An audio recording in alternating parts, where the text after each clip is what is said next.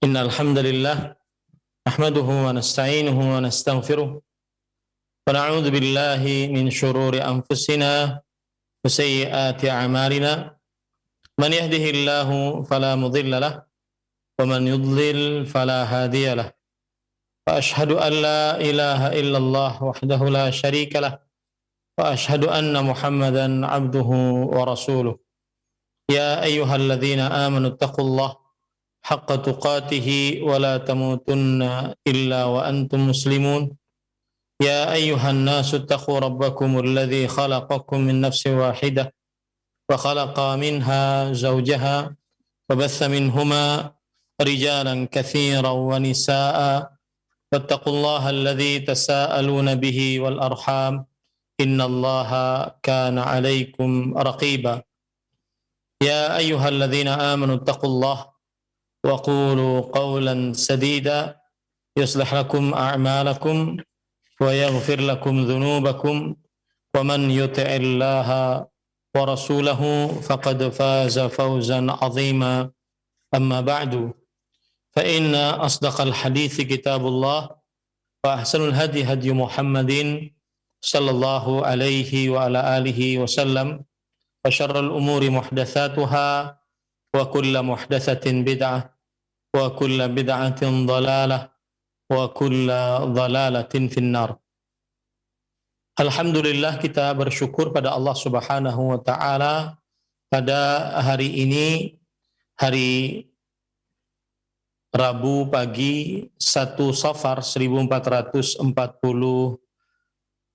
Hijriah, kita dimudahkan oleh Allah Subhanahu wa taala untuk kembali membaca kitab Fathul Majid Syarhu Kitab Tauhid yang ditulis oleh Fadilatul Syekh Abdurrahman bin Hasan Al-Syekh rahimahullahu taala. Salawat dan salam semoga selalu Allah berikan kepada Nabi kita Muhammad sallallahu alaihi wa ala alihi wasallam, pada keluarga beliau, para sahabat serta orang-orang yang mengikuti beliau sampai hari kiamat kelak. Dengan nama-nama Allah yang husna dan sifat-sifat yang ulia, kita berdoa, Allahumma inna nas'aluka ilman nafi'an wa rizqan tayyiban wa amalan mutaqabbala. Wahai Allah, sesungguhnya kami mohon kepada Engkau ilmu yang bermanfaat, rezeki yang baik, dan amal yang diterima. Allahumma amin. Ahibbatil muslimun, a'afanillah wa iyyakum, kaum muslimin, para pemirsa Roja TV, para pendengar Radio Roja yang saya cintai karena Allah, semoga Allah Subhanahu wa taala selalu memberikan afiat kepada kita di dunia dan di akhirat. Masih kita membaca bab yang pertama, babu fadli tauhidi wa ma yukaffiru minadz dzunub. Bab keutamaan tauhid dan apa-apa dosa yang dihapuskan dengannya. Dan sebagai pengetahuan bahwasanya kita sebenarnya sudah mempelajari dua bab, ya. Bab yang pertama yaitu kitab tauhid. Kemudian ini adalah bab yang kedua. Tetapi sebagian pensyarah dari Fathul Majid menyebutkan bahwasanya bab kitab tauhid adalah sebagai pendahuluan, dan bab yang pertamanya adalah bab ini yang kita bicarakan sekarang, fadlut tauhidi wa ma yukaffiru minadz dzunub, bab keutamaan tauhid dan dosa-dosa yang dihapuskan dengannya. Dan pada pertemuan sebelumnya kita sudah membaca surat Al-An'am ayat 82 sebagai dalil yang pertama yang dibawakan oleh penulis dari bab yang pertama ini, yaitu alladzina amanu wa lam yalbisu imanahum bidzulmin ulaika lahumul amnu wa hum muhtadun. Orang-orang yang beriman dan tidak mencampurkan keimanan mereka dengan kezaliman, dan kezaliman yang dimaksud di sini adalah kesyirikan, maka mereka mendapatkan keamanan dan mereka orang-orang yang diberi petunjuk. Dari ayat ini kita ambil pelajaran bahwasanya salah satu keutamaan tauhid adalah mendapatkan keamanan. Dan keamanan di sini baik keamanan di dunia ataupun keamanan di akhirat. Keamanan di dunia, dia senantiasa akan selalu merasa aman di dalam kehidupannya karena dia bersandar hanya kepada Allah Subhanahu wa taala dan dia bertauhid kepada Allah Subhanahu wa taala. Keamanan di akhirat, dia masuk surga, tidak dimasukkan ke dalam neraka. Kalaupun masuk ke dalam neraka, maka tidak akan pernah kekal di dalam nerakanya Allah Subhanahu wa taala, dan juga mereka ini orang-orang yang mendapatkan petunjuk dari Allah Subhanahu wa taala. Baik. Kemudian pada pertemuan sebelumnya kita juga sudah membaca dalil yang kedua, yaitu hadis Ubadah bin Samit radhiyallahu anhu. Saya bacakan hadisnya. An Ubadah ibni Samit radhiyallahu anhu qala Rasulullah sallallahu alaihi wasallam, man syahida an la ilaha illallah wahdahu la syarika lah wa anna Muhammadan abduhu wa rasuluh wa anna Isa abdullahi wa rasuluh wa kalimatuhu alqaha ila Maryama wa ruhun min wal jannatu haqqun wan naru haqqun wan nara haqqun adkhalahu Allahul jannata ala ma kana minal amal. Akhrajah. Dari Ubadah bin Samit radhiyallahu anhu, beliau berkata, Rasulullah sallallahu alaihi wa alihi wasallam bersabda, barang siapa yang bersyahadat bahwa tidak ada ilah yang berhak diibadahi selain Allah semata, tiada sekutu baginya, dan bahwa Muhammad sallallahu alaihi wasallam adalah hambanya dan rasulnya, dan bahwa Nabi Isa adalah hamba Allah dan rasulnya, dan kalimatnya yang Allah berikan kepada Maryam dan ruh darinya, dan bersyahadat bahwa surga benar, neraka benar, niscaya Allah Subhanahu wa taala masukkannya ke dalam surga atas apa yang ada dari amal. Hadis ini diriwayatkan oleh dua imam, Imam Bukhari dan Imam Muslim. Pada pertemuan sebelumnya kita sudah membahas siapa itu Ubadah bin Samit dan nama beliau adalah Ubadah bin Samit bin Qais al-Ansari al-Khazraji Abul Walid, dan kemudian kita sudah menjelaskan man syahida an la ilaha illallah wahdahu la syarikalah, bahwa siapa yang bersyahadat la ilaha illallah, syahadat mengucapkan dengan lisan, meyakini dengan hati dan mengamalkan dengan anggota tubuh. La ilaha illallah yaitu meyakini bahwa tidak ada Tuhan yang disembahi, yang diibadahi dengan benar selain Allah. Ya, arti ilah, la ilaha, arti ilah adalah al-ma'bud, zat yang diibadahi. Maka tidak ada zat yang diibadahi dengan benar selain Allah. Wahdahu adalah penekanan semata. La syarika lahu, tidak ada sekutu baginya, juga penekanan. Kita melanjutkan apa yang disebutkan dalam hadis. Qala al-musannifu rahimahullah, penulis kitab Fathul Majid, Al-Syekh Al-Allamah Abdurrahman bin Hasan Al-Syekh rahimahullahu taala berkata, wa qawluhu wa anna Muhammadan abduhu wa rasuluh, ay wa syahida bidzalika wa huwa ma'tufun ala ma qablahu ala niyati tiqraril amil. Dan di dalam hadis disebutkan dan bahwasanya siapa yang bersyahadat Muhammad sallallahu alaihi wasallam adalah hambanya dan rasulnya.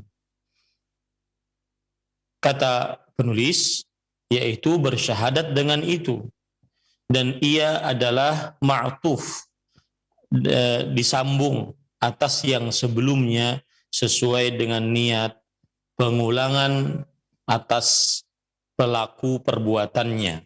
Maksudnya adalah ketika orang mengucapkan asyhadu an la ilaha illallah, maka kemudian dia mengucapkan wa asyhadu anna Muhammadan Rasulullah. Nah, Muhammad dan Rasulullah ini adalah pengulangan atas asyhadu alla ilaha illallah. Jadi dua-duanya dia bersyahadat la ilaha illallah dan bersyahadat Muhammad sallallahu alaihi wasallam abdullahi wa rasuluh. Kemudian di sini disebutkan wa ma'na al-'abdu huna, wa ma'na al-'abdu huna al-mamluku al-'abidu, ay annahu mamlukun lillahi ta'ala. Dan makna al-'abdu di sini kan hadisnya berbunyi dan bersyahadat bahwa Muhammad adalah abduhu. Abduhu artinya adalah al-mamluk al-'abid, yaitu budak yang beribadah, budak yang beribadah, atau maknanya adalah budaknya Allah Subhanahu wa taala. Wal ubudiyatu al khassatu wasafahu atau wasfuhu, dan peribadatan yang khusus adalah sifat dari Nabi Muhammad sallallahu alaihi wasallam. Artinya Nabi Muhammad sallallahu alaihi wasallam mempunyai gelar yang sangat luar biasa, yaitu Abdullahi wa Rasuluh. Abdullah artinya hamba Allah. Ini gelar Nabi Muhammad SAW. Ya, bahwa Nabi Muhammad SAW adalah hamba Allah yang benar-benar menghambakan dirinya kepada Allah Subhanahu wa taala. Kemudian penulis mengatakan kama qala ta'ala, sebagaimana hal ini disebutkan oleh Allah dalam surat Az-Zumar ayat 36. Alaihissallahu bikafin abdahu. Bukankah Allah yang mencukupkan hambanya? Ya, di sini yang dimaksud hambanya adalah Nabi Muhammad SAW, dan hambanya di sini adalah merupakan sifat yang khusus yang dimiliki oleh Nabi Muhammad SAW. Dan gelar yang mulia yang dimiliki oleh Nabi Muhammad SAW. Karena seorang hamba akan mulia ketika dia menghambakan diri kepada Allah Subhanahu wa taala. Seorang hamba akan mulia ketika dia menghambakan diri kepada Allah Subhanahu wa taala. Maka Nabi kita Muhammad sallallahu alaihi wasallam juga seperti itu. Sifat dan gelar beliau yang sangat istimewa adalah beliau adalah Abdullah, hambanya Allah. Fa'a'la maratibil abdi al-ubudiyah al-khassah. Maka derajat tingkatan yang paling tinggi dimiliki oleh seorang hamba adalah penghambaan yang khusus. Tingkatan derajat yang paling tinggi yang dimiliki oleh seorang hamba, kita ini hamba-hamba Allah Subhanahu wa taala, adalah derajat yang khusus, penghambaan yang khusus, ya. Kemudian penulis mengatakan warrisalah dan kerasulan. Kan tadi di dalam hadis wa anna Muhammadan abduhu wa rasuluh, dan bersyahadat bahwa Muhammad sallallahu alaihi wasallam adalah abduhu. Abduhu sudah kita jelaskan tadi, bahwa itu adalah gelar untuk Nabi Muhammad sallallahu alaihi wasallam, dan gelar yang menunjukkan bahwa beliau adalah penghambaan hamba Allah yang khusus, yang senantiasa merupakan gelar kehormatan bagi Nabi Muhammad sallallahu alaihi wasallam. Kemudian wa rasuluh, dan risalahnya dan rasulnya.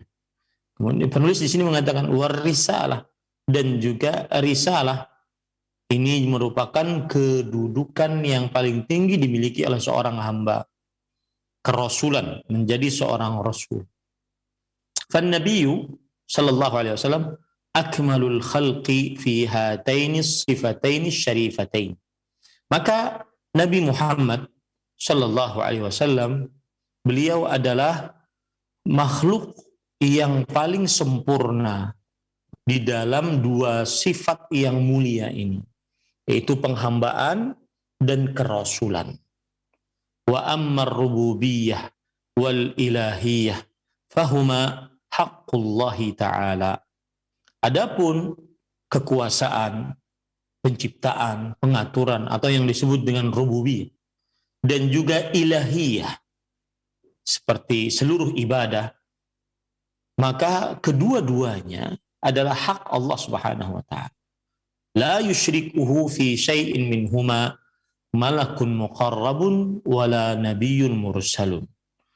Tidak ada yang mensyarikati Allah di dalam sedikit pun dari keduanya tersebut, yaitu dalam kekuasaan, penciptaan, pengaturan, dan di dalam ibadah. Tidak ada yang mensyarikati Allah, baik itu malaikat yang sangat dekat kedudukannya dengan Allah, atau nabi yang menjadi rasul-rasul Allah Subhanahu wa taala. Tidak bisa disekutukan Allah di dalam rububiyah dan di dalam uluhiyah. Tidak bisa disekutukan Allah di dalam rububiyah atau di dalam uluhiyah. Nah, wa qauluhu abduhu wa rasuluh. Dan di dalam hadis tadi disebutkan bersyahadat bahwa Muhammad sallallahu alaihi wasallam adalah abduhu wa rasuluh, hambanya dan rasulnya. Utiya bihataini sifatain wa jama'ahuma daf'an lil-ifrati wat tafriti. Nabi Muhammad SAW diberikan dua sifat ini, yaitu hamba Allah dan Rasul Allah.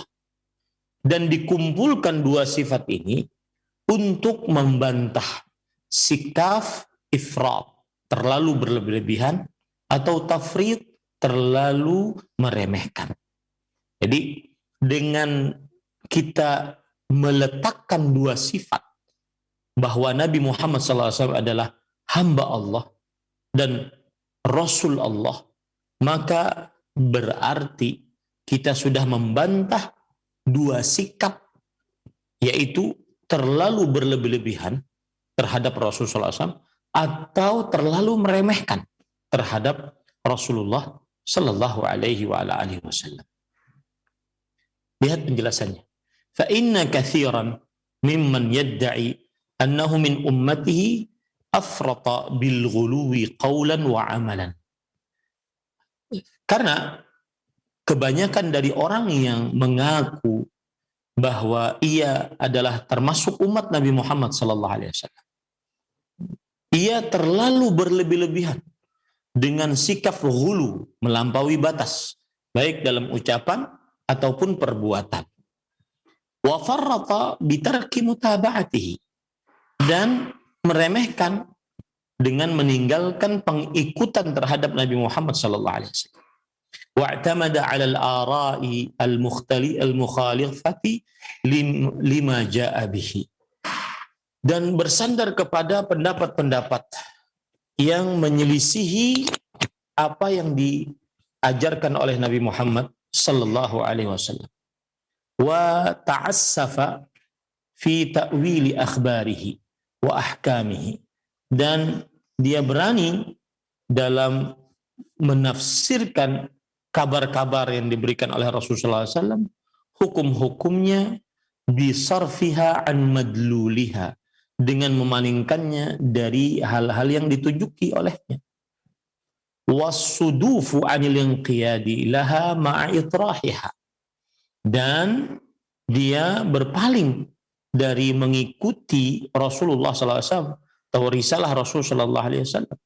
Fa inna syahadata anna Muhammadan Rasulullah taqtadil iman bihi.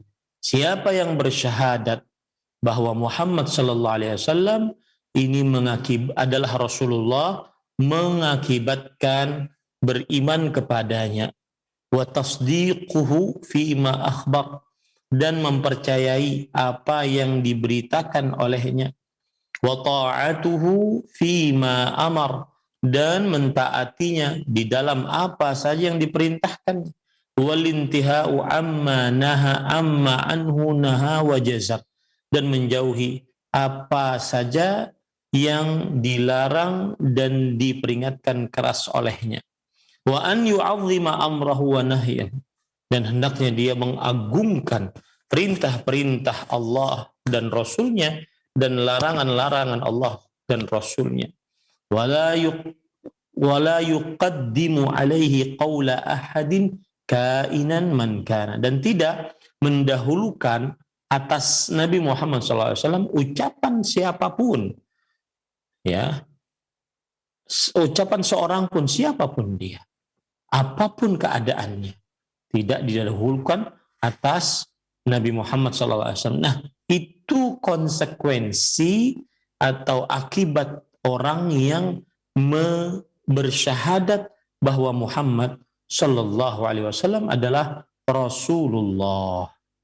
Tidak diperbolehkan untuk mendahului ucapan seseorang dibandingkan ucapan Nabi Muhammad, mendahulukan maksud saya, ucapan seseorang dibandingkan ucapan Nabi Muhammad Sallallahu Alaihi Wasallam. Nah, kemudian penulis mengatakan, wal waqi'ul yawm wa qablahu mimman yantasibu ila al-ilmi minal qudati wal muftina khilafu dzalik wallahul musta'an. Dan realita pada hari ini dan juga sebelumnya dari orang-orang yang menisbatkan dirinya kepada ilmu, dari para hakim, para ahli fatwa, berbeda dengan hal itu. Wallahul musta'an. Hanya Allah kita memohon pertolongan. Maksud perkataan beliau ini adalah bahwa semestinya orang yang bersyahadat asyhadu anna Muhammadan Rasulullah itu adalah orang yang menjadikan Rasulullah Sallallahu Alaihi Wasallam senantiasa selalu diimani, dipercayai kabar-kabar dari beliau, ditaati perintahnya, dijauhi larangannya, dan diagungkan perintah dan larangannya. Nah, yang terjadi pada realita di zaman beliau dan juga sebelumnya, kata beliau, apalagi di zaman sekarang, yaitu kebalikannya. Yang mengaku berilmu, ahli fatwa, senantiasa atau sebagian dari mereka tidak mempercayai yang diberitakan oleh Rasulullah, tidak mentaati yang diperintahkan oleh Rasulullah Sallallahu Alaihi Wasallam, tidak menjauhi yang dilarang oleh Rasulullah Sallallahu Alaihi Wasallam, dan juga tidak mengagungkan perintah dan larangan Rasulullah Sallallahu Alaihi Wasallam. Nah, kemudian penulis mengatakan, wa al-waqi'u wa rawad Darimi fi sanadihi fi musnadihi wa rawad Darimi fi musnadihi an Atha bin Yasar an ibni Salam annahu yaqul inna lanajidu sifata Rasulillah sallallahu alaihi wasallam syahidan wa mubasyiran wa nadhiran wa hirzan lil ummiyin anta abdi wa rasuli sammaituhu al mutawakkil laisa bifadhin wala ghalidhin wala sakhabin bil aswaq wala yajzi bisayyi'ati mithlaha walakin ya'fu wa yatajawazu walan aqbidahu hatta yuqimal millata al-muta'awwijata bi an yashhada an la ilaha illallah wa yaftahu bihi a'yunan umya wa adhanan summa wa quluban ghulfa. Dan Imam Ad-Darimi meriwayatkan dalam kitabnya Al-Musnad dari Atha bin Yasar dari Abdullah bin Salam bahwa beliau berkata, sesungguhnya kami benar-benar mendapati sifat Rasulullah Sallallahu Alaihi Wasallam, yaitu sesungguhnya kami utus engkau sebagai pemberi saksi, pemberi kabar gembira dan pemberi peringatan, dan sebagai penahan untuk orang-orang yang buta tulis, artinya memberi peringatan juga kepada kaumnya. Engkau adalah hambaku dan rasulku, dan tidak ada aku namakan engkau dengan al-mutawakkil. Engkau tidak kasar, engkau tidak keras, dan engkau tidak suka berteriak-teriak di pasar, dan engkau tidak membalas keburukan dengan keburukan, akan tetapi engkau memaafkan dan berlapang dada. Dan aku tidak akan mencabut nyawanya sampai dia menegakkan ajaran yang bengkok, ya, yang bengkok, bahwa tidak ada ilah, Tuhan zat yang diibadahi selain Allah, yang dengannya membuka mata-mata yang buta dan telinga-telinga yang tuli dan hati-hati yang tertutup. Dari hadis ini menunjukkan bahwasanya Nabi kita Muhammad sallallahu alaihi wa alihi wasallam adalah Rasulullah sallallahu alaihi wasallam yang mengakibatkan kita mempercayai kabar yang beliau beritahukan, kemudian mentaati perintah yang beliau perintahkan, menjauhi larangan yang beliau larang, ya, mengagungkan perintah dan larangan beliau. Kemudian penulis mengatakan, qala Ata'u ibnu Yasarin rahimahullah wa akhbarani Abu Waqid al-Laythi annahu sami'a Ka'ban yaqul mithla ma qala ibnu Salam. Dan Ata' bin Yasar rahimahullah berkata, telah memberitahukan kepadaku bahwa Abu Waqid al-Laythi, seorang sahabat Rasulullah SAW, beliau telah mendengar dari Ka'ab bahwa berkata sebagaimana dikatakan oleh Ibnu Salam. Nah, itu tadi penjelasan man syahida alla ilaha illallah wa anna Muhammadan Rasulullah. Nah, yang jelas kita harus yakini baik-baik siapa yang bersyahadat la ilaha illallah wa anna Muhammadan Rasulullah, maka orang yang bersyahadat asyhadu anna Muhammadan abduhu wa rasuluh, dia meyakini Nabi Muhammad SAW adalah abdun mamluk, budak yang dimiliki oleh Allah. Karena budak yang dimiliki oleh Allah, maka tidak layak untuk diibadahi karena beliau adalah budak. Dan Rasulullah, bahwa Nabi Muhammad SAW adalah Rasulullah, maka konsekuensinya adalah kita mempercayai apa yang beliau beritahukan dan menjauhi apa yang beliau larang, mengerjakan apa yang beliau perintahkan, ya, karena beliau adalah Rasulullah Sallallahu Alaihi Wasallam, tidak boleh didustakan, yang boleh adalah diikuti. Baik. Kemudian setelah itu di dalam hadis tadi disebutkan wa anna Isa abdullahi wa rasuluh. Qala al-musannif rahimahullah, penulis kitab Fathul Majid Syarh Kitab Tauhid, Asy-Syaikh Al-Allamah Abdurrahman bin Hasan Al-Syaikh berkata, ay khilafan lima ya'taqiduhu an-nasara annahu Allah aw ibnullah aw thalitsus thalathatin ta'ala Allahu amma yaquluna uluwan kabira.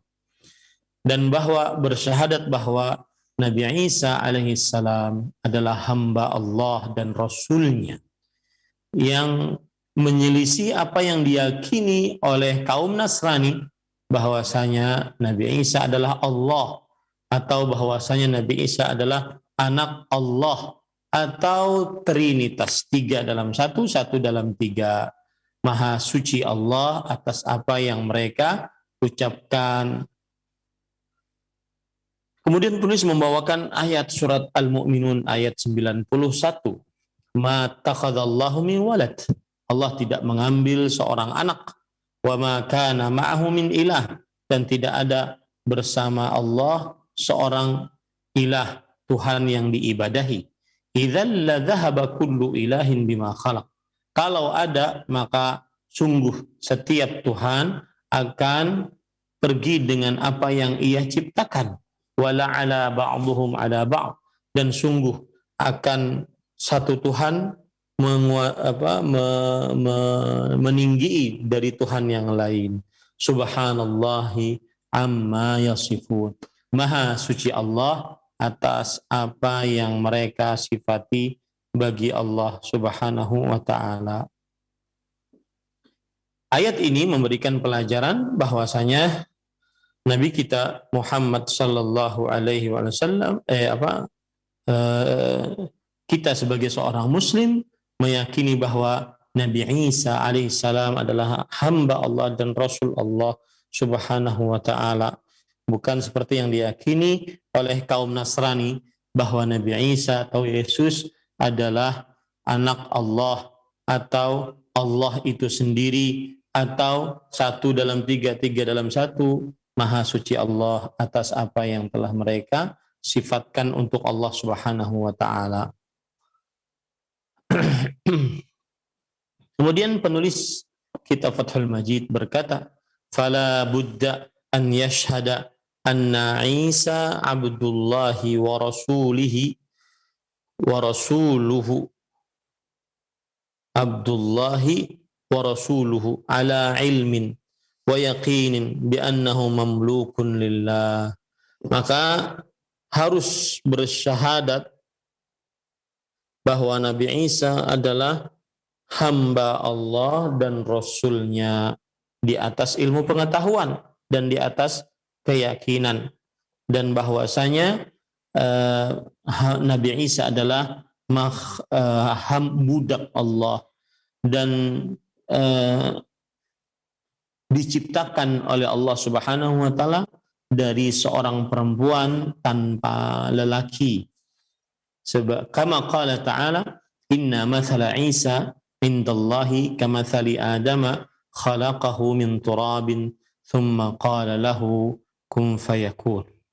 Sebagaimana firman Allah Subhanahu wa taala, sesungguhnya permisalan Nabi Isa di sisi Allah seperti permisalan Adam. Allah telah menciptakannya dari tanah, kemudian Allah berkata kepadanya, jadilah, maka jadilah. Ya, falaisa rabban wala ilahan. Nabi Isa bukan Tuhan, bukan juga yang mencipta. Subhanallahi amma yusyrikun. Maha suci Allah atas apa yang mereka syirikkan terhadap Allah Subhanahu wa taala.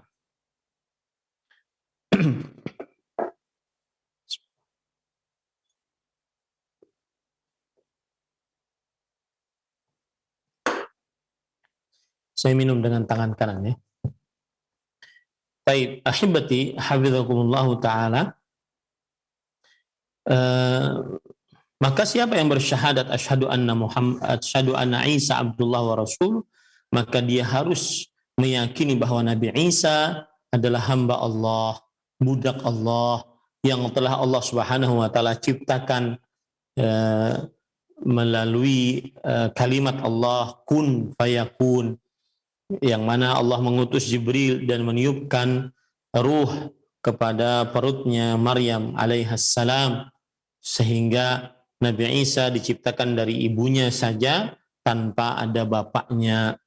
Dan kalau kita perhatikan makhluk-makhluk ciptaan Allah dari mulai Adam diciptakan tanpa bapak dan tanpa ibu, tanpa laki-laki, tanpa perempuan. Jadilah Nabi Adam. Kemudian Hawa, makhluk Allah yang tercipta tanpa perempuan, ya, karena diambilkan dari tulang rusuk Nabi Adam alaihissalam yang kiri yang paling tinggi. Kemudian yang ketiga, Nabi Isa alaihissalam, makhluk yang diciptakan oleh Allah tanpa laki-laki, yang diciptakan oleh Allah tanpa laki-laki. Kemudian yang keempat adalah seluruh manusia, makhluk yang diciptakan oleh Allah melalui laki-laki dan perempuan, yaitu seluruh manusia. Nah, itulah urutan-urutan penciptaan Allah Subhanahu wa taala. Nah, kemudian penulis mengatakan, maka Nabi Isa alaihissalam bukan Tuhan yang berkuasa, bukan Tuhan yang diibadahi. Maha suci Allah atas apa yang telah mereka syirikkan dengan Allah Subhanahu wa taala. Qala Allah taala, Allah Subhanahu wa taala berfirman, fa asyarat ilaih. Ya Allah, lalu Maryam alaihassalam memberi isyarat kepadanya. Qalu kaifa nukallimu man kana fil mahdi sabiyan. Lalu orang-orang Yahudi pada waktu itu mengatakan, bagaimana kita bisa berbicara kepada anak kecil yang masih dalam buayan. Kemudian Nabi Isa menjawab, Inni Abdullah, sesungguhnya aku adalah hamba Allah, budak Allah. Jadi beliau bukan Tuhan, beliau bukan pencipta, pengatur berkuasa, beliau bukan Tuhan yang diibadahi. Atani al-kitab, Allah telah memberikan kepadaku al-kitab, yaitu al-Injil. Wa ja'alani nabiyyan, dan Allah menjadikan aku sebagai seorang nabi. Wa ja'alani mubarakan aina ma kuntu, dan Allah telah menjadikan aku penuh dengan berkah dimanapun aku berada. Wa awsani bis salati waz zakati ma dumtu hayya, dan Allah memberikan wasiat kepadaku dengan salat dan zakat selama aku masih hidup. Wa barram bi walidati wa lam yaj'alni jabbaran syaqiyya, dan aku diperintahkan untuk berbakti kepada kedua orang tuaku dan tidak menjadikan aku sebagai seorang yang keras dan merugi. Wassalamu alayya yauma wulidtu wa yauma amutu wa yauma ub'atsu hayya, dan keselamatan atasku pada hari aku dibangkitkan, pada hari aku dilahirkan, dan pada hari aku meninggal, dan pada hari aku dibangkitkan dalam keadaan hidup. Dzalika Isa bin Maryam.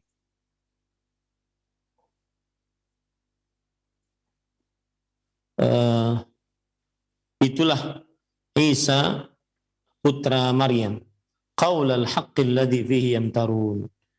Tentang perkataan yang benar tentang Isa, yang mana mereka berdusta-dusta atas Nabi Isa alaihi salam. Maka lillahi an yattakhidha min waladin subhanahu. Tidak pantas bagi Allah Subhanahu wa taala untuk menjadikan seorang dari anak. Maha suci Allah. Idza qadha amran fa innama yaqulu lahu kun fayakun. Maha suci Allah Subhanahu wa taala, jika Allah telah menetapkan sebuah perkara, maka Allah hanya mengucapkan untuknya jadilah, maka jadilah. Wa innallaha rabbi wa rabbukum fa'buduh hadza shiratum mustaqim. Dan sesungguhnya Allah adalah Tuhanku dan Tuhan kalian, maka ibadahilah Ia, inilah jalan yang lurus. Quran surat Maryam ayat 29 sampai 36. Ayat-ayat ini memberikan pelajaran bahwa Nabi Isa alaihissalam bukan Tuhan yang mencipta, yang mengatur, yang berkuasa. Nabi Isa alaihissalam bukan Tuhan yang diibadahi, tetapi beliau adalah Abdullah, budaknya Allah yang tidak berhak untuk diibadahi, dan Rasulullah yang tidak berhak untuk didustakan. Nah, kemudian penulis mengatakan, wa qawluhu wa kalimatuhu innama summiya Isa alaihi salam kalimatan liwujudihi biqaulihi ta'ala kun kama qalahul salaf minal mufassirin. Dan di dalam hadis disebutkan dan bersyahadat bahwa Nabi Isa adalah hamba Allah dan Rasulnya, dan kalimatnya. Kalimatnya, apa maksud kalimatnya? Kata penulis Fathul Majid, Syekh Al-Allamah Abdurrahman bin Hasan Al-Syekh, sesungguhnya dinamakan Nabi Isa alaihi salam sebagai kalimat. Sebagai kalimat. Karena keberadaan Nabi Isa alaihi salam dengan ucapan Allah kun, sebagaimana yang dikatakan oleh para salafus saleh dari para umat Islam. Jadi kan ketika Nabi Isa adanya itu bukan karena Maryam bergaul dengan seorang lelaki, tidak. Bukan karena Maryam bergaul dengan seorang lelaki, tetapi Nabi Isa alaihi salam ada karena Allah mengutus Jibril kepada Maryam, kemudian mengucapkan kepada Maryam kun, ya, jadilah fayakun. Nah, ucapan kun ini adalah perkataan Allah Subhanahu wa taala. Makanya Nabi Isa adalah kalimatnya Allah. Ya, Nabi Isa adalah kalimatnya Allah Subhanahu wa taala. Baik. Kemudian penulis mengatakan wa qawluhu lan yastankifal masihu ay yakuna 'abdan lillah walal malaikatul muqarrabun wa man yastankif an ibadatihi wa yastakbir fasayahsyuruhum ilaihi jami'a. Surat An-Nisa ayat 172. Taib. Allah Subhanahu wa taala berfirman yang artinya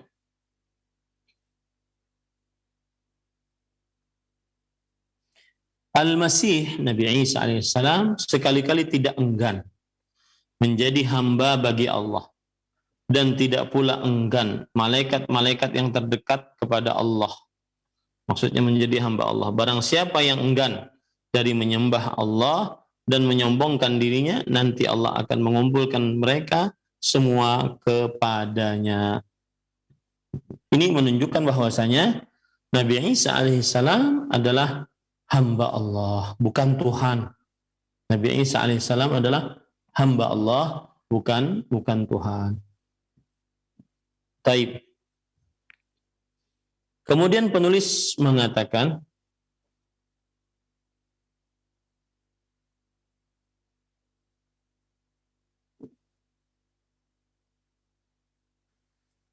wa yashhadul mu'minu aidan bi butlani qawli a'da'ihi al-yahud annahu wulida baghi la'anahumullahu ta'ala.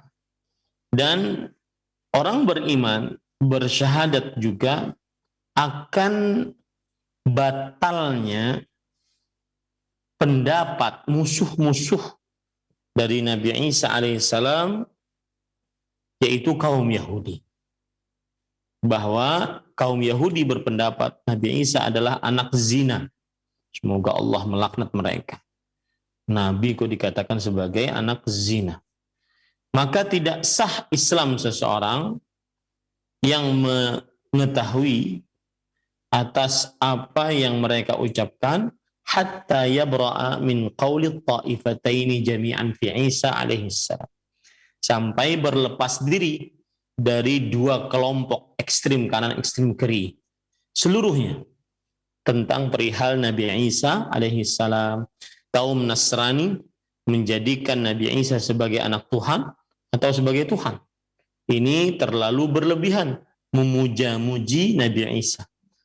Kaum Yahudi menjadikan Nabi Isa alaihissalam adalah anak zina. Ini juga terlalu berlebih-lebihan meremehkan Nabi Isa alaihissalam. Dan pertengahan adalah orang Islam ahlu sunnah wal jamaah yang meyakini bahwa Nabi Isa adalah hamba Allah dan Rasul Allah dan kalimat Allah. Ya. Nah. Kemudian ahibati hafizakumullah taala,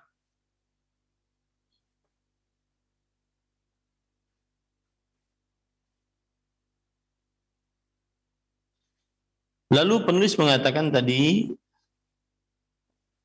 wa qawluhu wa kalimatuhu, dan di dalam hadis disebutkan dan Nabi Isa adalah kalimat Allah. Innama summiya Isa alaihissalam kalimatan. Sesungguhnya Nabi Isa alaihissalam dinamakan kalimat ataupun ucapan liwujudihi biqaulihi ta'ala kun kama qalahu as-salafu minal mufassirin. Karena keberadaannya dengan firman Allah Subhanahu wa taala kun, sebagaimana yang dikatakan oleh para ulama salaf dari para ahli tafsir. Para ulama salaf dari para ahli tafsir. Baik. Kemudian penulis mengatakan, qala al-Imam Ahmad fi ar-radd 'ala al-Jahmiyah. Imam Ahmad rahimahullah membantah kelompok Jahmiyah. Jahmiyah adalah kelompok yang diketuai atau diprakarsai dipelopori oleh Jaham bin Safwan. Jaham bin Safwan dia menolak seluruh sifat-sifat Allah Subhanahu wa taala. Imam Ahmad berkata dalam saat membantah kaum Jahmiyah, bil kalimah allati alqaha ila Maryam hina qala lahu kun fakana Isa bikun wa laysa Isa huwa kun, yaitu dengan ucapan yang Allah Subhanahu wa taala berikan kepada Maryam ketika Allah berfirman kepadanya kun, ya, maka Nabi Isa jadi dengan ucapan kunnya Allah, tetapi bukanlah Nabi Isa itu kun, ya, bukanlah Nabi Isa itu adalah kun, walakin bikun kana, tetapi dengan ucapan kunlah terjadilah Nabi Isa alaihi salam. Fa kun minallahi ta'ala qaulun wa laysa kun makhluqan. Adapun ucapan kun dari Allah ini adalah ucapan Allah dan bukan berarti kun adalah makhluk Allah Subhanahu wa taala. Wa kadzaban nasara wal jahmiyatu 'ala Allah fi amri Isa, dan kaum Nasrani dan kaum Jahmiyah telah berdusta terhadap Allah Subhanahu wa taala dalam perihal Nabi Isa alaihi salam. Ini perkataan menunjukkan bahwasanya Nabi Isa itu adalah kalimat Allah, dan maksud dari kalimat Allah ketika Allah menciptakan Nabi Isa dengan ucapan, dengan kalimat kun, maka jadilah. Makanya Nabi Isa adalah kalimatuhu, kalimat Allah Subhanahu wa taala. Ustaz, bukankah seluruh manusia adalah kunnya Allah Subhanahu wa taala? Artinya terjadinya dengan ucapan kunnya Allah Subhanahu wa taala. Kenapa hanya Nabi Isa yang dikatakan sebagai kalimat Allah Subhanahu wa taala? Maka jawabannya adalah ya, seluruh manusia terjadi dan tercipta dengan ucapan kunnya Allah Subhanahu wa taala, tetapi dikhususkan untuk Nabi Isa alaihi salam karena ada kaum Yahudi, kaum Nasrani yang terlalu berlebihan, terlalu meremehkan terhadap kaumnya Nabi Isa alaihi salam. Nah,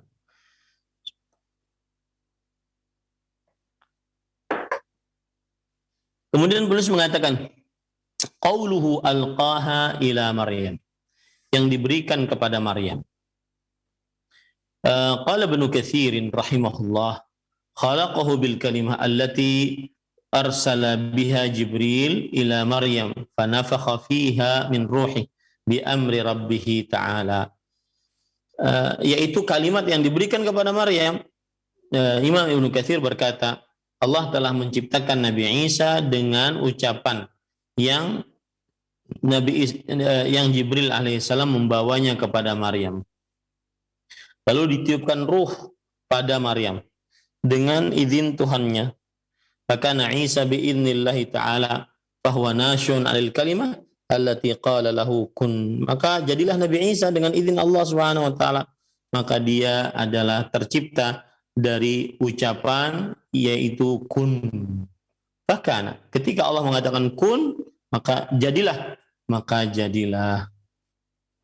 Waruhul lati arsala biha huwa Jibril alaihissalam, dan ruh yang Allah Subhanahu wa taala mengutusnya, maka itu dia adalah Jibril alaihissalam. Wa qauluhu wa ruhun minhu, dan di dalam hadis tadi disebutkan dan Nabi Isa adalah ruh dari Allah. Apa maksud ruh dari Allah? Qala Ubay ibnu Ka'ab, Isa ruhun minal arwah allati khalaqahu Allah Ta'ala. Ubay bin Ka'ab berkata Nabi Isa adalah ruh dari ruh-ruh yang telah diciptakan oleh Allah Subhanahu wa taala. Wastantaqaha biqaulihi alastu birabbikum. Dan Nabi Isa Allah Subhanahu wa taala bertanya kepada ruh tersebut, bukankah aku Tuhan kalian? Surat Al-A'raf ayat 172. Ba'athahu Allahu ila Maryam fadakhala fiha. Allah mengutusnya kepada kepada Maryam alaihissalam dan lalu masuk ke dalam janin Maryam. Rawahu Abdu ibn Humaid wa Abdullah ibn Ahmad fi Zawaidil Musnad wa ibn Jarir wa ibn Abi Hatim wa ghairuhum. Dan juga diriwayatkan oleh Abdullah bin Ahmad di dalam kitab Zawaid al-Musnad dan Ibnu Jarir dan Imam Ibnu Abi Hatim dan selain mereka. Artinya ruh Nabi Isa adalah ruh dari Allah. Maksudnya adalah Nabi Isa adalah ruh yang diciptakan oleh Allah Subhanahu wa taala dan dimasukkan ke dalam tubuhnya Nabi Isa alaihi salam. Bukan berarti Nabi Isa adalah ruhnya Allah. Allah mempunyai ruh, misalkan yang bagian ini diberikan ke Nabi Isa, tidak. Tetapi Allah menciptakan ruh, kemudian Allah masukkan ke dalam Nabi Isa alaihi salam. Baik. Kemudian qala al-hafidhu wa wasafahu bi annahu minhu fal ma'na annahu kainun minhu. Al-Hafidh Ibnu Hajar Al-Asqalani mengatakan, dan Allah mensifati bahwa ruh darinya. Kata darinya maksudnya adalah bahwa dia akan ada darinya tersebut. Nabi Isa ada dari Allah Subhanahu wa taala, yaitu dari ruh yang diciptakan oleh Allah Subhanahu wa taala. Kama fi qoulihi ta'ala, sebagaimana firman Allah Subhanahu wa taala, wa sakhkhara lakum ma fis samawati wa ma fil ardi jami'an minhu inna fi dzalika laayatin liqaumin yatafakkarun. Dan Allah telah menundukkan bagi kalian apa yang ada di langit-langit dan apa yang ada di bumi, seluruhnya darinya. Sesungguhnya dalam hal itu terdapat tanda-tanda kekuasaan bagi orang-orang yang berfikir. Fal ma'na annahu kainun minhu, maka maknanya ruh darinya, bahwa Nabi Isa diciptakan oleh Allah, kemudian diutus atau dimasukkan ruh pada Nabi Isa, itu adalah makhluk ciptaan Allah Subhanahu wa taala. Kama anna ma'na al-ayatil ukhra annahu sakhkhara hadhihi al-asya' kainatun minhu. Sebagaimana bahwa firman Allah Subhanahu wa taala pada ayat yang lain menunjukkan bahwa Allah menundukkan perkara-perkara ini sebagai sesuatu yang ada darinya, ai annahum mukawwanun dzalik, bahwasanya itu yang terjadi pada hal itu, wa mujiduhu biqadratihi wa hikmatihi, dan Allah lah yang mengadakannya dengan kuasanya dan hikmahnya Allah Subhanahu wa taala. Nah, kemudian penulis mengatakan qala Syekhul Islam Ibnu Taimiyah rahimahullah berkata, al-mudhafu ila Allah ta'ala idza kana ma'nan la yaqumu bi nafsihi wala bi ghairihi min al-makhluqat wajaba an yakuna sifatan lillahi ta'ala qa'imatan bihi. Sesuatu yang tergandengkan kepada Allah Subhanahu wa taala, jika maknanya tidak berdiri sendiri dan tidak dengan selainnya dari para makhluk, maka ini wajib menjadi sifat bagi Allah Subhanahu wa taala yang berdiri sendiri. Wa amtana an takuna idhafatuhu idhafata makhluqin marbubin. Wa idza kana al-mudhafu 'ainan qa'imatan bi nafsiha ka Isa wa Jibril alaihi assalam wa arwahu bani Adam imtana'a an takuna sifatan lillahi ta'ala.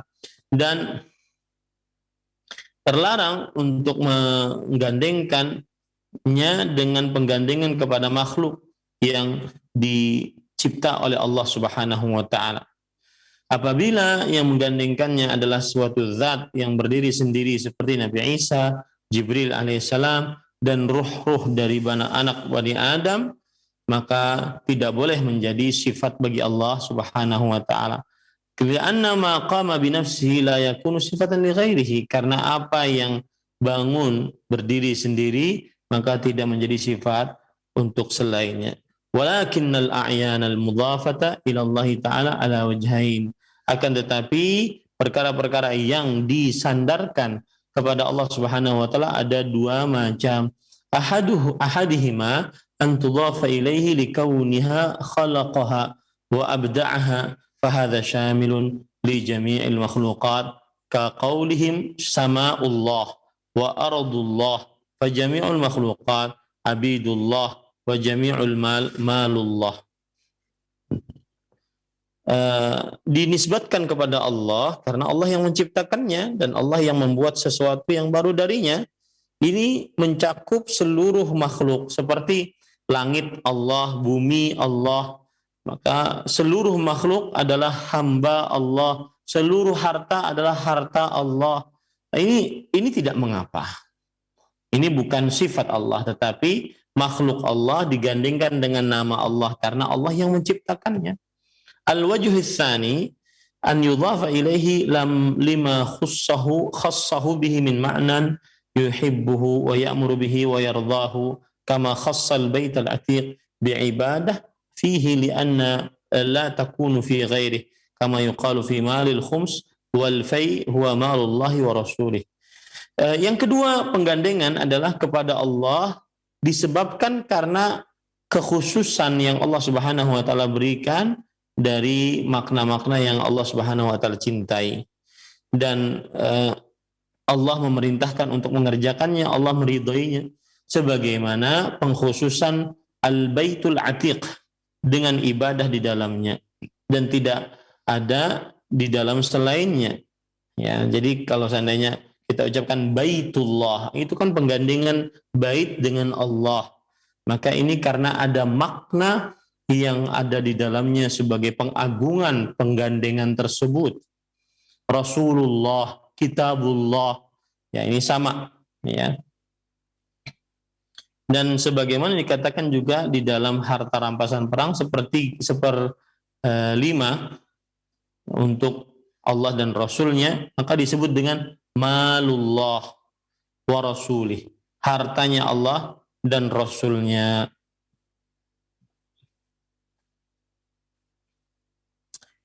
Wa min hadza, dan dari hal ini fa'ubadullahi humul ladzina abaduhu wa ata'u amrahu.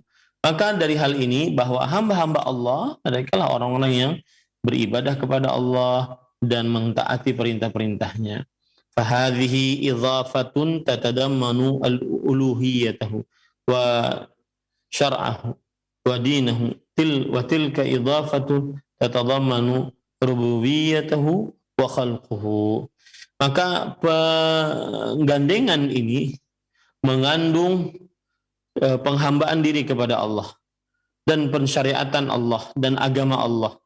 Sedangkan penggandengan itu mengandung kekuasaan Allah dan juga ciptaan Allah Subhanahu wa ta'ala. Jadi ketika orang mengatakan Nabi Isa adalah ruhullah, Nabi Isa adalah ruhnya Allah, bukan berarti itu bagian dari Allah atau Allah menitis kepada Nabi Isa, tetapi Allah Subhanahu wa ta'ala mengagungkan Nabi Isa.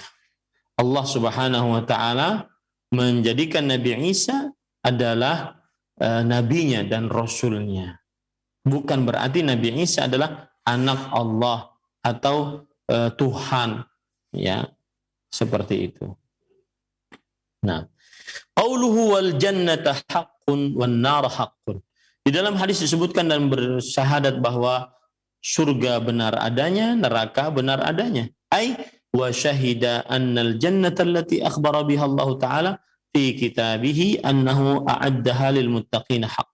Yaitu bersyahadat bahwa surga yang Allah Subhanahu wa taala kabarkan di dalam Al-Qur'an bahwa Allah telah menyediakannya untuk orang-orang yang bertakwa dengan benar. Ai sabitah la syakka fiha, yaitu bertakwa dengan tetap, tidak ada keraguan di dalamnya. Wa syahida anna an-nar allati akhbara biha ta'ala fi kitabih annahu a'addaha lil kafirin haqqun kadzalika tsabitatun. Dan dia bersyahadat bahwa neraka yang disebutkan oleh Allah dalam Al-Qur'an bahwa itu telah disediakan untuk orang-orang yang kafir, itu benar adanya dan tetap adanya. Dia menyaksikan itu. Dia meyakini itu dengan keyakinan tanpa ada keraguan di dalamnya. Bahwa surga disediakan untuk orang-orang yang bertakwa, neraka disediakan untuk orang-orang yang bermaksiat. Dia meyakini dengan benar akan hal itu. Tidak ada keraguan sedikit pun di dalamnya. Itu maksudnya. Kama qala ta'ala, sebagaimana firman Allah dalam surah Al-Hadid ayat 21, sabiqu ila maghfiratin min rabbikum wa jannatin arduha ka'ardis samai wal ard u'iddat lil ladzina amanu billahi wa rusulihi dzalika fadlullah yu'tihi man yasha wallahu dzul fadlil azim. Sebagaimana firman Allah dalam surat Al-Hadid ayat 21, bersegeralah, berlomba-lombalah menggapai ampunan dari Tuhan kalian dan surga yang luasnya seluas langit dan bumi yang telah disediakan untuk orang yang beriman kepada Allah dan Rasul-Nya. Yang demikian itu adalah karunia Allah yang Allah berikan kepada siapa yang dikehendakinya, dan Allah Maha Kuasa dan Maha Besar. Nah, ini menunjukkan bahwasanya siapa yang bersyahadat bahwa surga itu benar adanya, dan maksud bersyahadat surga itu benar adanya, bahwa surga itu benar-benar disediakan untuk orang-orang yang bertakwa dan dia tidak ragu akan hal itu. Neraka benar-benar disediakan untuk orang-orang yang bermaksiat dan dia tidak ragu akan hal itu. Itu yang dimaksud. Wa qala ta'ala, dan juga Allah Subhanahu wa taala berfirman dalam surah Al-Baqarah ayat 24. Fa illam taf'alu wa lan taf'alu fattaqun nar allati waquduha an-nas wal hijarah u'iddat lil kafirin. Dan jika kalian tidak mengerjakannya dan kalian tidak akan pernah mengerjakannya, maka hati-hatilah terhadap neraka yang bahan bakarnya manusia dan bebatuan yang telah disediakan untuk orang-orang kafir. Nah, ini orang yang bersyahadat, dia harus meyakini bahwa surga hanya diberikan kepada orang-orang yang bertakwa dan neraka hanya diberikan kepada orang-orang yang ahli maksiat. Ya. Nah, dia harus meyakini itu tanpa ada keraguan sedikit pun di dalamnya. Wa fil ayataini wa nadhairihima dalilun ala anna al-jannata makhluqatani al-an khilafan lil mubtadi'ah wa fiha al-imanu bil ma'ad. Dan di dalam dua ayat yang saya sebutkan tadi, surat Al-Hadid ayat 21, surat Al-Baqarah ayat 24, dan juga yang semisal dari keduanya adalah sebagai dalil bahwa surga dan neraka dua-duanya adalah makhluk Allah Subhanahu wa taala sekarang. Berbeda dengan orang-orang ahli bidah yang di dalam keduanya beriman kepada kepada hari kiamat, hari kebangkitan. Ya, jadi dua ayat tadi, Al-Hadid ayat 21, Al-Baqarah ayat 24, ini menunjukkan bahwa surga adalah makhluk Allah, neraka adalah makhluk Allah Subhanahu wa taala. Dan juga bahwasanya surga disediakan untuk orang-orang yang bertaat kepada Allah dan neraka disediakan untuk orang-orang yang bermaksiat. Nah, inilah keyakinan yang benar, berbeda dengan orang-orang ahli bidah, ya, yang mereka menyatakan bahwasanya surga dan neraka bukan makhluk Allah Subhanahu wa taala. Surga dan neraka bukan makhluk yang diciptakan oleh Allah Subhanahu wa taala. Dan di dalam ayat-ayat tadi juga terdapat beriman kepada hari kebangkitan. Baik, sedikit lagi kita lanjutkan. Wa qauluhu adkhalahu Allahul jannah ala ma kana minal amal. Dan ucapan di dalam hadis bahwa Allah akan memasukkan seseorang sesuai dengan amalnya. Maka Allah pasti akan masukkannya ke dalam surga bagaimanapun atau sesuai kondisi amal perbuatannya. Ya. Maksudnya adalah hadhil jumlatu jawabus syart. Ini ucapan, kalimat ini adalah jawaban atas syarat yang sebelumnya. Ya, di dalam riwayat. Jadi Siapa yang bersyahadat la ilaha illallah, bersyahadat Muhammad Rasulullah, hamba Allah dan Rasulnya, bersyahadat Nabi Isa adalah hamba Allah dan Rasulnya, dan kalimat Allah yang Allah berikan kepada Maryam, dan ruh dari Allah Subhanahu wa taala, dan bersyahadat bahwa surga benar adanya, neraka benar adanya, maka, nah itu jawaban syarat namanya, maka siapa begini maka, nah ini jawaban syarat namanya, maka pasti Allah masukkannya ke dalam surga atas atau sesuai dengan amal perbuatannya. Jadi ini jawaban syarat. Ini jawaban atas syarat yang sebelumnya. Kemudian penulis membawakan perkataan wa fi riwayah adkhalahu Allahu min ayyi abwabil jannati tsamaniyati syaa. Niscaya Allah Subhanahu wa taala masukkan dari pintu-pintu mana saja yang 8 dari pintu-pintu surga sekehendaknya. Hadis riwayat Bukhari dan Muslim. Itu ada tambahan riwayat ya. Kemudian penulis mengatakan qala al-hafidz ma'na qawlihi ala ma kana minal amal ay min salahin aw fasadin. Al-Hafidz Ibnu Hajar Al-Asqalani rahimahullah dalam kitab beliau Fathul Bari mengatakan makna sabda Rasul sallallahu alaihi wasallam sesuai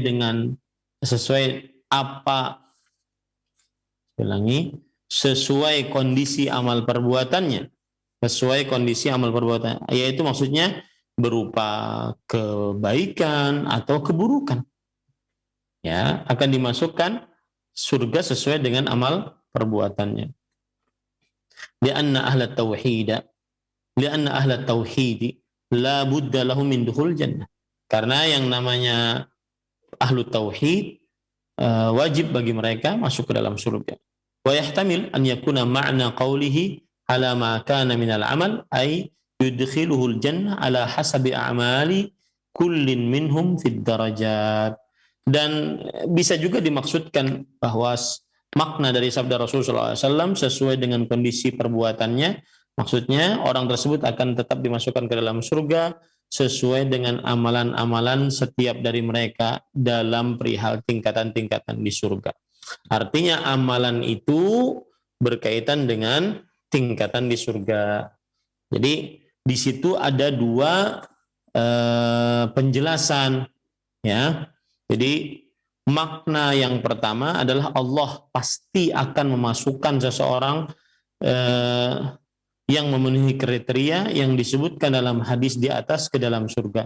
Bagaimanapun kondisi amal perbuatannya. Siapa yang bersyahadat la ilaha illallah, Muhammad dan abduhu wa rasuluh, Nabi Isa Abdullah wa rasuluh, kemudian kalimat Allah, ruh Allah, dan bersyahadat bahwa surga benar, neraka benar, maka pasti masuk ke dalam surga. Bagaimanapun kondisi amalnya. Yaitu maksudnya adalah pasti akhir-akhirnya surga. Walau ada beberapa dari kalangan mereka yang akan disiksa terlebih dahulu dalam neraka sebagai penghapusan atas dosa-dosanya, atau dengan kata lain seseorang yang memenuhi kriteria di atas tidak akan kekal di dalam neraka. Sekalipun ia bisa jadi sempat disiksa di dalam neraka lantaran dosa-dosanya, tetapi pasti ujung-ujungnya surga. Nah, itu maksudnya alama kana minal amal, sesuai dengan kondisi perbuatannya.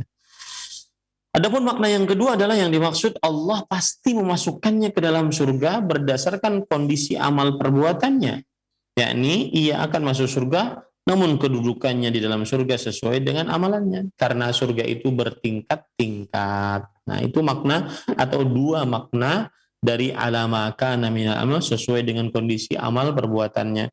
Artinya orang bagaimanapun dosanya, apapun amal perbuatannya, ujung-ujungnya surga. Ini pendapat yang pertama. Pendapat yang kedua adalah seseorang akan masuk ke dalam surga sesuai dengan amal perbuatannya, karena di surga ada tingkatan-tingkatannya. Qala al-Qadhi Iyad ma warada fi hadits Ubadah yakunu makhsusan liman qala ma dzakarahu sallallahu alaihi wasallam wa qarana bis syahadataini haqiqatal iman wat tauhid alladhi warada fi hadithi fa yakunu lahu min al ajri ma yurajjahu ala sayyi'atihi wa yujibu lahu al maghfirah war rahmah wa dukhul jannah di awwali wahlah.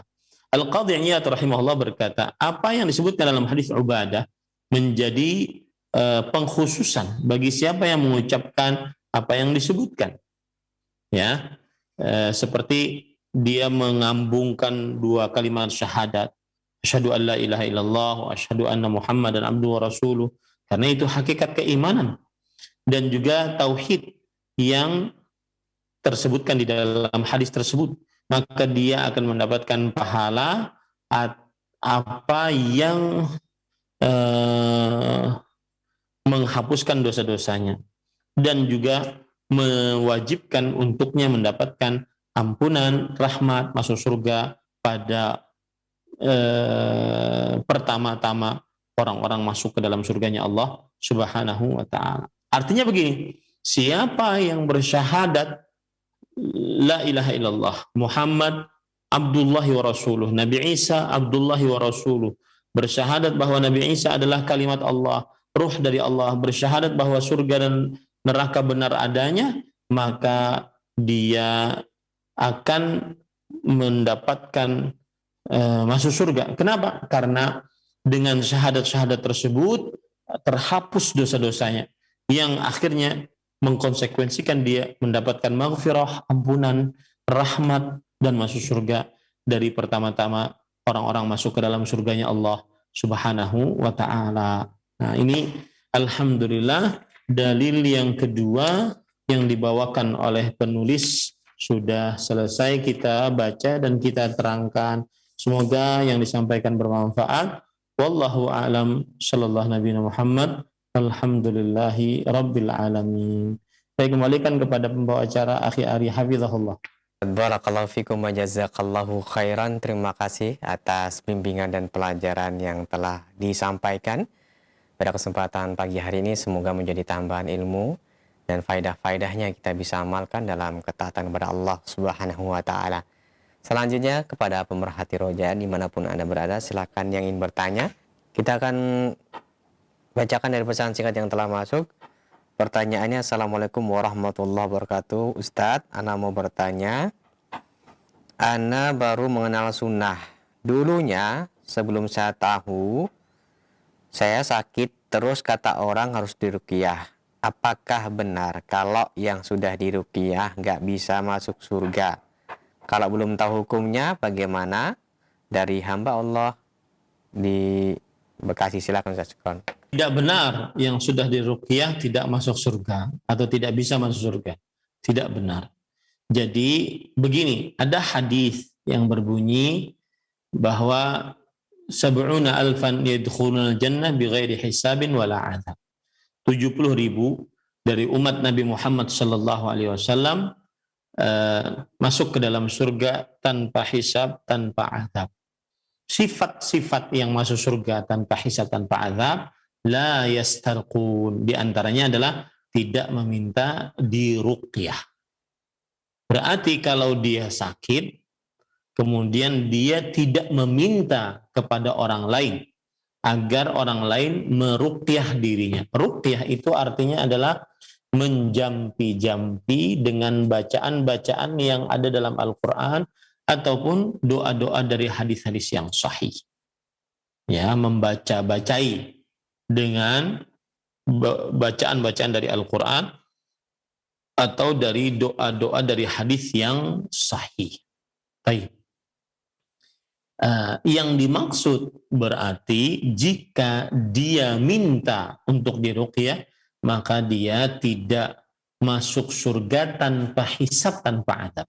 Adapun masuk surga tetap kalau seandainya dia lebih banyak pahalanya daripada dosanya dan diizinkan, diridhai oleh Allah untuk masuk surga, maka dia masuk surganya Allah Subhanahu wa ta'ala. Akan tetapi jika dia minta diruqyah, jika dia minta diruqyah, maka tidak masuk surga tanpa hisab, tanpa azab. Ya, yang menjadi permasalahannya tanpa hisab, tanpa azab. Karena masuk surga tanpa hisab, tanpa azab itu adalah keistimewaan tersendiri. Oleh karena itulah saya nasihatkan siapa yang sakit, hendaklah dia meruqyah dirinya sendiri. Ya, meruqyah dirinya sendiri sehingga dia tetap mendapatkan keutamaan masuk surga tanpa hisab, tanpa adab. Tetapi apa hukum minta diruqyah? Jawabannya boleh.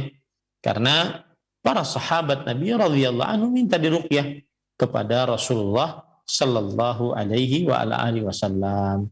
Wallahu a'lam. Naam. Barakallahu fikum wa jazakallahu khairan. Terima kasih atas penjelasan dan nasihat yang bermanfaat telah disampaikan. Selanjutnya kami berikan kesempatan untuk Anda yang menghubungi kami via telepon. Silahkan. Halo.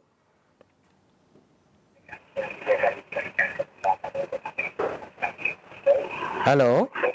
Halo, selamat siang. Iya, dengan Ibu siapa di mana? Saya dari Cengkareng. Iya, salamnya Bu. Ya, saya mau nanya, Pak Silakan. Ustaz. Assalamualaikum, Pak Ustaz. Waalaikumsalam warahmatullahi wabarakatuh. Saya baru masuk Muslim, baru 2 tahun. Nama saya memang Muslim, tapi saya panggilan ya. Saya malam-malam doa, tapi kok kayaknya saya nggak bisa doa. Terus ada yang nyuruh saya sholat. Memang saya dari kecil udah diajarin sholat. Saya sholat. Alhamdulillah saya dapat hidayah ya. Saya sakit, sembuh karena air wudhu. Terus saya mau nanya Pak Ustadz, saya setiap itu tuh habis sholat kadang-kadang saya suka pengen rajin baca Quran aja gitu loh, tau nggak? Jadi saya sekarang udah hafal Al-Fatihah sampai ayat kursi, tapi saya pingin maju lagi, tapi kadang-kadang saya nggak bisa gitu ya bacanya. Tapi saya minta Allah tolong saya gitu, beri saya hidayah saya biar bisa baca Quran.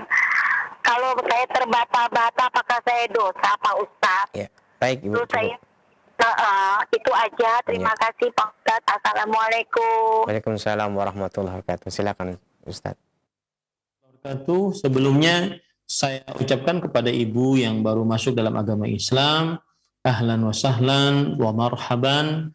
Selamat datang di agama seluruh umat manusia, dan juga semoga ibu senantiasa selalu diberkahi oleh Allah, diberikan istiqamah dalam iman sampai wafat menjemput kita seluruhnya. Dan saya nasihatkan agar ibu tetap menimba ilmu agama secara sistematis, teratur, dari mulai belajar rukun Islam, kemudian rukun iman, dan jangan lupa juga belajar bagaimana tata cara beribadah dalam agama Islam. Karena jangankan orang yang baru masuk Islam, orang yang sudah lama masuk Islam saja diwajibkan baginya untuk belajar ilmu agama Islam. Karena Islam dibangun di atas ilmu yang berdasarkan dari Al-Quran dan hadis Rasul Sallallahu Alaihi Wasallam. Maka saya nasihatkan ibu belajar pelan-pelan tentang rukun Islam, rukun iman. Baik. Kemudian setelah itu, adapun pertanyaan ibu, apakah bacaan Al-Quran saya yang masih belajar ini jika terbata-bata maka saya berdosa? Maka jawabannya tidak sama sekali. Ya, Rasul Sallallahu Alaihi Wasallam bersabda, al-mahiru bil Quran ma'as safaratil kiramil bararah, walladhi yatata'ta'u fihi wa huwa alaihi syak lahu ajran. Orang yang lancar membaca Al-Quran, dia akan bersama para malaikat yang baik-baik dan yang mulia. Dan orang-orang yang terbata-bata lisannya berat membaca Al-Quran, maka dia mendapatkan 2 pahala. Pahala atas pembacaannya terhadap Al-Quran, dan yang kedua pahala usahanya dalam membaca Al-Quran. Maka teruslah belajar, dan apabila sudah dapat menghafal sedikit-sedikit, baca yang sedikit itu di dalam sholat. Allah Subhanahu wa ta'ala maha luas rahmatnya. Wallahu alam. Nah. Terima kasih atas jawabannya. Untuk pertanyaan selanjutnya kami akan bacakan dari pesan singkat. Assalamualaikum warahmatullahi wabarakatuh. Mohon Ustadz mau bertanya dari hamba Allah yang bertanya, Ustadz, orang yang meninggal karena koma saat terkena virus COVID, keluarganya tidak bisa menuntun, saudaranya juga tidak bisa menuntun untuk membaca 2 kalimat syahadat, dan penguburannya dengan menggunakan peti. Bagaimana hukumnya? Apakah bisa masuk surga atau tidak, Ustaz?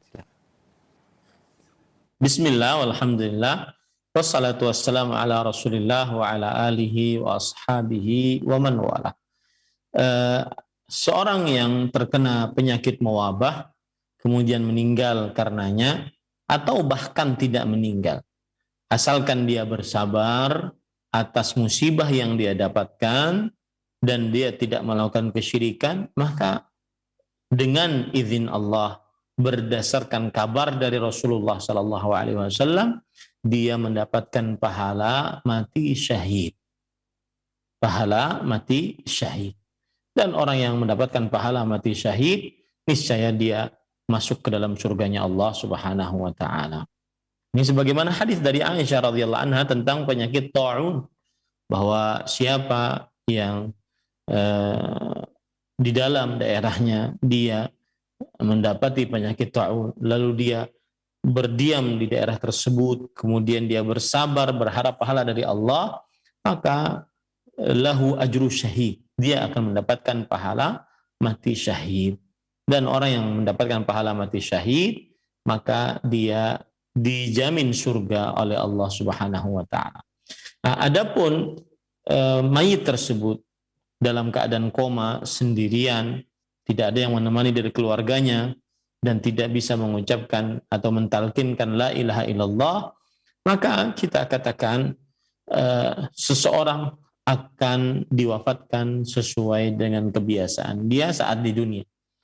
Ketika dia di dunia mungkin banyak berzikir kepada Allah Subhanahu wa taala, maka niscaya dia di akhir hayatnya juga banyak berzikir kepada Allah. Ya, dan kita berdoa kepada Allah Subhanahu wa taala, meskipun mendapati keluarga terdekat kita tidak bisa kita talkinkan dan kemudian dikuburkan dalam keadaan diplastiki dan dimasukkan ke dalam peti, tidak bisa kita sama sekali untuk melihatnya dan mengurusnya, maka pada saat itu kita berdoa kepada Allah. Ya, Allahumma ghfir lahu wa tsabbithu, ya Allah, ampuni, berikan maghfirah kepadanya dan tetapkan ucapannya saat dia menjawab pertanyaan di dalam kubur. Wallahu a'lam. Nah. Barakallahu fikum, terima kasih atas nasihat dan jawabannya. Selanjutnya kami berikan kesempatan kembali, silahkan di line telepon. Halo. Assalamualaikum warahmatullahi wabarakatuh. Waalaikumsalam warahmatullahi wabarakatuh. Dengan siapa ini, di mana? Gini, Ustaz. Assalamualaikum. Waalaikumsalam. Dengan siapa Bapak, di mana? Hamba Allah dari Sulbar, Ustaz. Silahkan Bapak, pertanyaannya. Begini, Ustaz. Saya tuh kadang-kadang kalau berpikir, ya air mata saya itu meleleh. Tapi kadang juga itu apa namanya masih biasa juga melakukan dosa. Bagaimana kiatnya itu supaya Ustaz? Iya. Cukup ya Pak? Iya Ustaz, ya. Terima kasih ya Pak. Silakan Ustaz. Wassalatu wassalamu ala rasulillah wa ala alihi wa sahbihi wa man wala. Apa yang terjadi pada diri Bapak ketika kita khusyuk hati, kemudian berlinang air mata, maka bersyukurlah akan hal itu dan teruslah pelihara kebiasaan tersebut. Karena Rasulullah SAW bersabda, lan yalijan nara ainun bakat min khasyatillah. Tidak akan terperosok ke dalam neraka mata yang menangis karena takut kepada Allah Subhanahu wa taala. Maka ini patut disyukuri dan patut diistiqamahkan kebiasaan khusyuk dan berzikir saat sendirian yang menyebabkan air mata berlinang. Kemudian Bapak tadi bilang bahwasanya tetapi terkadang saya juga lalai. Apalagi kalau mungkin bertemu dengan anak, istri, pekerjaan, maka juga lalai. ada maksiatnya. Maka kita katakan, jika seseorang selalu di atas sejadah, selalu khusyuk, maka ini dia akan seperti malaikat. Dan itu adalah kebiasaan dan keadaan yang sangat jarang terjadi pada diri manusia. Karena manusia ketika dia mengerjakan aktivitas-aktivitas dunianya, dia tentunya tidak akan sekhusyuk saat dia menghadap kepada Allah, berzikir saat sendirian, menyebut nama Allah, membaca Al-Quran, berdoa, dan seterusnya. Dia mengerjakan aktivitas-aktivitas duniawi. Bergaul dengan istri, bergaul dengan anak-anak, bergaul dengan tetangga, dan mencari pekerjaan untuk mendapatkan rezeki. Tentunya tidak sama dengan kekhusyuan hatinya saat dia berdoa kepada Allah saat sendirian, berzikir kepada Allah saat sendirian, membaca Al-Quran kepada Allah saat sendirian. Maka yang seperti ini tidak mengapa. Karena Rasulullah SAW pernah memberikan nasihat kepada Hanzalah al-Usayyidi, yang mana Hanzalah al-Usayyidi, beliau menganggap diri beliau adalah seorang yang munafik. Karena ketika di majlis Rasul SAW, beliau hatinya khusyuk. Beliau sangat bisa memahami apa yang disampaikan oleh Rasul SAW. Sampai seakan-akan saking khusyuknya hati Hanzalah di majlis Rasul SAW, seakan-akan beliau melihat surga dan neraka di hadapan beliau. Dengan langsung, seakan-akan seperti itu. Ya, saking khusyuknya.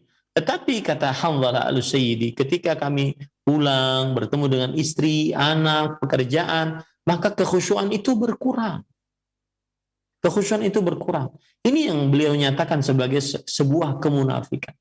Maka kata Rasulullah SAW, in tadumuna ala ma takununa indi la safhatkul malaikah.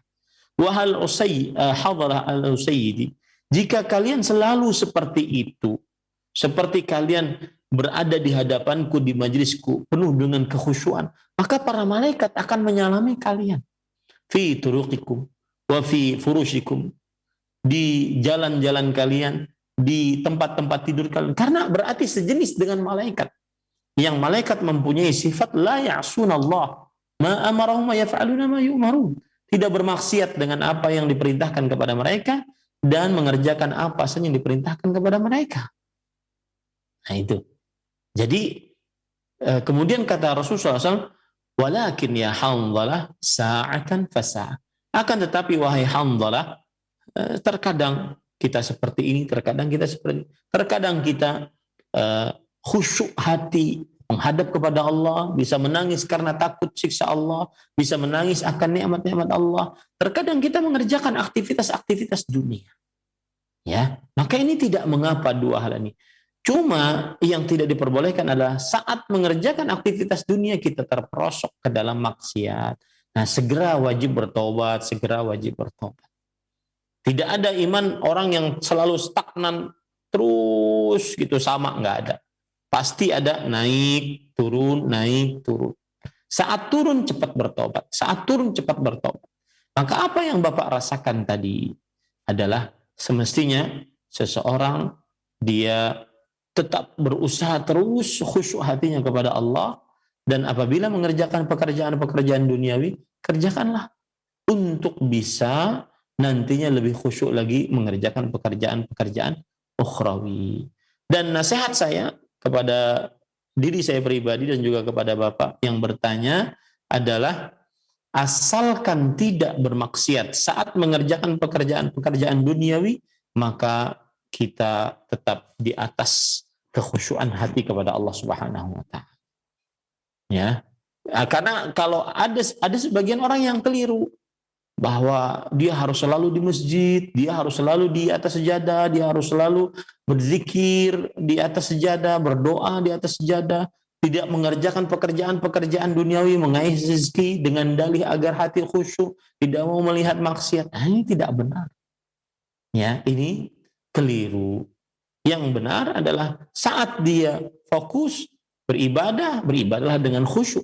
Saat dia mengerjakan aktivitas duniawi, jangan dia bermaksiat. Kalau bermaksiat, cepatlah bertobat kepada Allah Subhanahu wa taala dan niatkan aktivitas duniawi tersebut untuk dimudahkan beribadah kelak kepada Allah Subhanahu wa taala. Wallahu a'lam. Nah. Assalamualaikum wa jazakallahu khairan. Terima kasih atas jawaban dan nasihatnya. Selanjutnya kami bacakan pesan singkat dari seorang ibu di Majalaya yang bertanya, Pak Ustadz, saya ingin sekali di akhir hidup saya nanti masuk surga. Jika seorang istri selama bersama suami banyak menyakiti hati suami yang sekarang telah tiada, bagaimana cara meminta maafnya kepada suami yang telah tiada? Terima kasih Ustadz. Alhamdulillah wassalatu wassalamu ala Rasulillah wa ala alihi wa sahbihi wa man wala. Jazakumullahu khairan. Memang penyesalan ada pada akhirnya, itu selalu ya. Maka saya nasihatkan, yang berlalu sudahlah berlalu. Sekarang bagaimana cara kita agar kita tetap berbakti kepada suami meskipun suami sudah meninggal? Caranya adalah mendoakan suami agar mendapatkan ampunan dari Allah Subhanahu wa taala, rahmat, kasih sayang dari Allah Subhanahu wa taala. Kemudian juga mendoakan agar suami mendapatkan maghfirah, sehingga suami diangkat derajatnya oleh Allah Subhanahu wa taala. Kemudian yang ketiga, agar mengerjakan wasiat-wasiat suami yang tidak bertentangan dengan syariat Islam. Kemudian yang keempat, membayarkan hutang-hutang suami kalau seandainya memang sang istri sanggup untuk membayarkannya. Kemudian yang kelima adalah melaksanakan nazar-nazar yang pernah dinazarkan oleh suami dan belum terlaksana. Nah, ini termasuk daripada bakti istri sepeninggal suami. Termasuk di dalamnya juga adalah tetap berbuat baik kepada keluarga suami, karena itu termasuk daripada bakti istri kepada suami yang sudah meninggal. Wallahu a'lam. Na'am. Ustaz, barakallahu fikum wa jazakallahu khairan. Selanjutnya kami bacakan dari Ibu Penny di Sorong, Papua yang bertanya, Assalamualaikum Ustadz, saya sangat mengharapkan sekali untuk bisa masuk surga, tapi setiap saya sholat, saya kadang kurang khusyuk. Apa yang bisa saya lakukan Ustadz untuk sholat ini bisa lebih khusyuk agar mendapatkan pahala dari Allah Subhanahu wa taala? Silakan. Agar seorang khusyuk di dalam sholat, maka yang pertama yang harus dia lakukan adalah mengikhlaskan niat, memurnikan niat saat sholatnya hanya untuk Allah Subhanahu wa taala, hanya berharap pahala dari Allah, tidak ingin pujian sanjungan dari manusia, tidak ingin hadiah dari manusia. Maka dengan begitu dia tidak akan pernah merasa ada yang ingin dia tuntut untuk melihatnya kecuali Allah, dan tidak akan pernah ada yang ingin dia tuntut untuk memberinya pahala kecuali Allah Subhanahu wa ta'ala. Pada saat itu dia akan khusyuk, fokus hatinya hanya kepada Allah saat dia sholat. Yang kedua adalah hendaklah dia sholat sesuai dengan petunjuk Rasul Sallallahu Alaihi Wasallam. Karena Nabi Muhammad Sallallahu Alaihi Wasallam adalah orang yang paling khusyuk. Maka kita wajib mencontoh sholat Nabi Muhammad SAW agar kita sholatnya khusyuk. Rasul Sallallahu Alaihi Wasallam bersabda, "Sallu kama ra'aitumuni usalli." Sholatlah kalian sebagaimana kalian telah melihat aku sholat. Kemudian yang ketiga, agar sholat kita khusyuk adalah memahami apa yang dibaca saat di dalam sholat. Dari mulai takbiratul ihram, Allahu Akbar, sampai salam, Assalamualaikum warahmatullah. Berusaha untuk memahami apa yang dibaca, sehingga dia benar-benar bermunajat kepada Allah di dalam sholatnya. Kemudian yang keempat atau yang selanjutnya adalah dia harus meletakkan di dalam dirinya bahwa sholat ini adalah sholat yang terakhir, yang dengan setelah selesai sholat ini mungkin Allah Subhanahu wa taala mencabut nyawanya. Pada saat itu dia akan khusyuk. Sebagaimana hadis Rasul sallallahu alaihi wasallam, "Shallu kama ra'aitumuni usalli." Salatlah kalian sebagaimana kalian telah melihat aku salat. Shallu salata muwaddi'. Salatlah kalian seperti orang yang ingin meninggalkan atau berpisah. Berpisah dengan dunia. Artinya setelah salam ini tidak ada lagi sholat. Maka pada saat itu dia akan khusyuk hatinya bahwa ini adalah sholat terakhir saya. Setelah ini tidak ada sujud lagi, setelah ini tidak ada takbiratul ihram lagi, maka dia akan khusyuk. Bayangkan Bapak Ibu saudara-saudari sekalian, kalau seandainya setelah salam Allah memberitahukan kepada manusia tersebut melalui malaikat maut atau malaikat Jibril, setelah salam kamu mati. Apa yang terjadi? Mungkin dia tidak akan salam-salam. Sholatnya lama, sholatnya khusyuk, sholatnya penuh dengan tangisan, sholatnya penuh dengan kehadiran hati. Ya, karena setelah salam dia meninggal. Jadi wajar sekali hadis riwayat Imam Abu Daud, Rasulullah SAW bersabda, "Sallu salata muwaddi'." Salatlah kalian salat orang yang ingin meninggalkan dunia ini. Wallahu a'lam. Naam. Jazakallahu khairan. Terima kasih atas nasihat yang bermanfaat dan menguatkan bagi yang bertanya. Nampaknya pertanyaan tadi merupakan terakhir pertemuan kita. Terima kasih Ustadz atas nasihat-nasihatnya. Mohon ikhtitamnya Ustadz, silakan.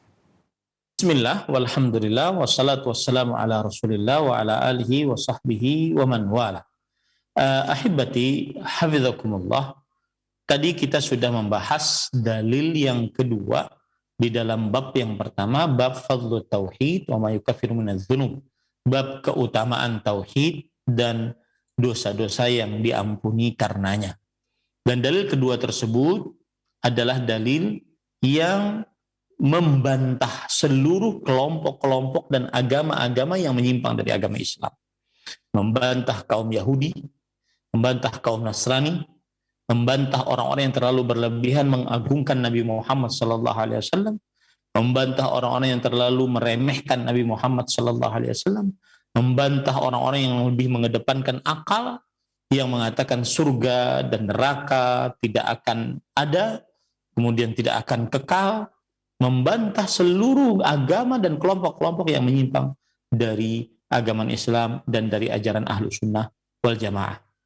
Dan siapa yang bersyahadat la ilaha illallah, inti pendalilan dari ayat ini adalah siapa yang bersyahadat tauhid la ilaha illallah, bersyahadat dengan lisan, mengucapkan dengan lisan, meyakini dengan hati, dan mengamalkan dengan anggota tubuh bahwa tidak ada ilah, zat yang diibadahi dengan benar selain Allah, kemudian ditambah dengan bersyahadat Muhammad sallallahu alaihi wasallam adalah hamba dan rasul Allah, ditambah lagi dengan bersyahadat bahwa Isa adalah hamba dan rasul Allah, kalimat Allah, ruh dari Allah, kemudian bersyahadat bahwa surga dan neraka adalah benar adanya, maka dia akan masuk ke dalam surga sesuai dengan kondisi amalnya.